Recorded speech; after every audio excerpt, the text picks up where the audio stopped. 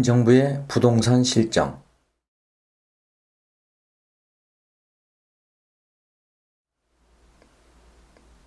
(4.15) 총선에서 압승을 거둔 문재인 정부의 지지율이 100일 만에 급격히 추락해 40%대로 떨어졌습니다. 총선 이후 지지층을 이탈시킨 여러 사건들과 쟁점들이 많았지만 중대한 영향을 미친 것이 부동산 정책의 실패라는 진단에 이견이 없을 것입니다. 지난주 칼럼에서 지적했듯이 문재인 정부 3년 동안 서울의 아파트값이 무려 52%나 올랐습니다. 역대 정권 중 최고 상승률이며 이명박 박근혜 정부 9년 상승률 25%의 2배가 넘습니다. 지난 10일 문재인 정부가 22번째 집값 대책을 발표했습니다.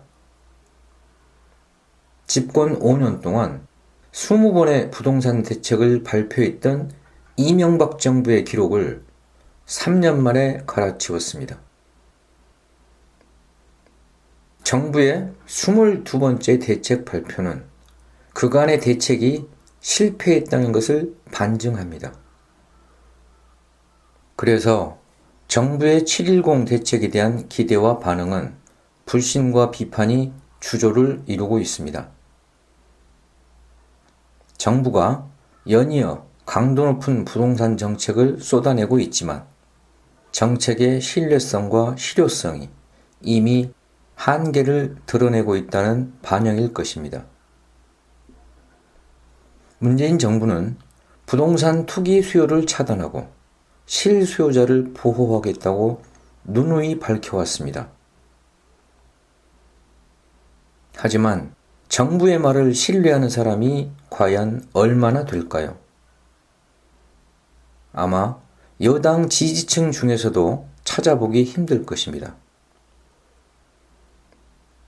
부동산 실정에 따른 민심 이반이 심각하다는 걸 정부 여당도 모르지 않을 터입니다. 하지만 정부 여당 안에서는 뜬금없이 그린벨트 해제 논란이 벌어지는 등 갈수록 정책의 난맥산만 드러내고 있습니다. 집값 상승은 무엇 때문일까요? 시중에 3천조 원이 넘는 자금이 풀렸고 초저금리 시대에 넘쳐나는 과잉 유동성이 부동산으로 몰리고 있어서입니다. 한국은행에 따르면 5월 광의 통화량 M2 기준은 3,053조 9천억 원입니다. 지난 4월에 사상 처음으로 3천조 원을 넘어선 뒤에도 빠르게 불어나는 추세입니다.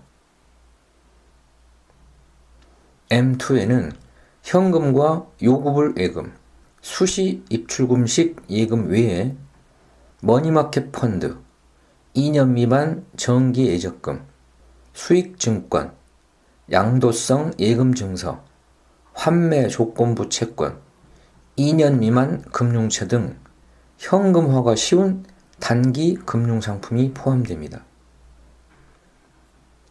시중에 풀린 유동성 가운데 상당 부분은 부동산 시장으로 향한 것으로 나타납니다. 한국은행에 따르면 올해 1분기 기준 전체 가계대출 잔액은 1,521조 6,969억 원으로 사상 최대치를 기록했는데 그중 주택담보대출 잔액도 858조 1,196억 원으로 최대 기록을 세웠습니다. 은행권 대출만 보면 올해 상반기 가계대출 증가분이 40조 6천억 원이고 이 가운데 주택담보대출 증가분이 32조 2천억 원을 차지합니다. 주택담보대출 가운데 어림잡아 65%인 21조 원 정도가 부동산의 투자됐을 것이라는 분석입니다. 증시도 열기가 뜨겁습니다. 투자자가 주식을 사려고 증권사에 맡겨놨거나 주식을 판 뒤 찾지 않은 돈인 투자자 예탁금은 지난 6월 46조 1819억 원을 기록해 1999년 통계 작성 이후 최고치를 기록했습니다. 투자자들이 주식 투자를 하기 위해 증권사에서 빌린 신용융자 잔고도 이달 10일 13조 원을 넘어섰습니다. 시중에 풀린 돈이 부동산과 주식 시장으로 흘러들어가 자산 가격을 급등시키고 있는 것입니다. 하지만 경기 침체에 대응해 당분간 한국은행의 완화적인 통화 정책이 유지될 전망입니다. 이주열 한국은행 총재는 최근 기자간담회에서 부동산 시장이 불안하지만 코로나19에 대응하기 위해서라도 금리 정책을 완화적으로 운영할 수밖에 없다는 입장을 밝힌 바 있습니다. 문제는 중앙은행이 공급한 유동성이 산업 생산에 투입되기보다 자산 시장에 유입되어 자산 가격을 올려놓고 있다는 점입니다. 돈을 풀어봤자 대부분 주식이나 부동산 등 자산 시장으로 흘러들어가다 보니 통화 정책이 산업 생산과 경제 성장을 견인하는데 한계가 있을 수밖에 없고, 이게 바로 2008년 미국발 금융위기 이후 경제 회복이 더디고 장기 침체에 빠진 원인입니다. 주식이나 부동산 가격이 급등하면 어떤 결과로 이어질까요? 주식이나 부동산의 소유 유무에 따라서 부의 분배가 악화되는 결과를 낳습니다. 특히 한국은 가계자산의 76%가 부동산 관련 자산이고 주택자산이 50%를 넘습니다. 자기 집을 갖고 있는 가구가 61% 정도지만 수도권의 자가 보유 비율은 54.1%로 약 절반의 가구가 주택가격 상승으로 상대적 불이익을 당할 수밖에 없습니다. 부동산 광풍이 부의 양극화를 심화시키고 집 없는 서민의 박탈감을 키우는 화근인 셈입니다.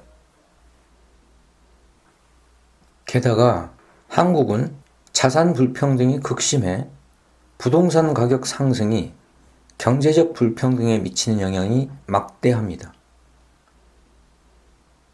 지난달 29일 대외경제정책연구원이 내놓은 자산 가격 변화가 경제적 불평등과 대외경제 변수에 미치는 영향 분석 보고서에 따르면 우리나라는 상위 1%가 순자산의 11.3%, 상위 10%가 42.1%를 소유하고 있을 정도로 자산 불평등이 심각합니다.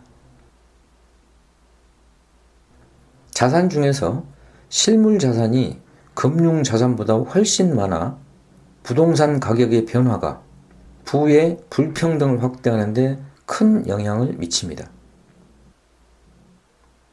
불평등 완화를 위해 부동산 등에 대한 조세의 누진성을 강화하고 부동산 시장을 안정화시킬 정책이 함께 필요하다는 것이 국책연구기관의 분석입니다.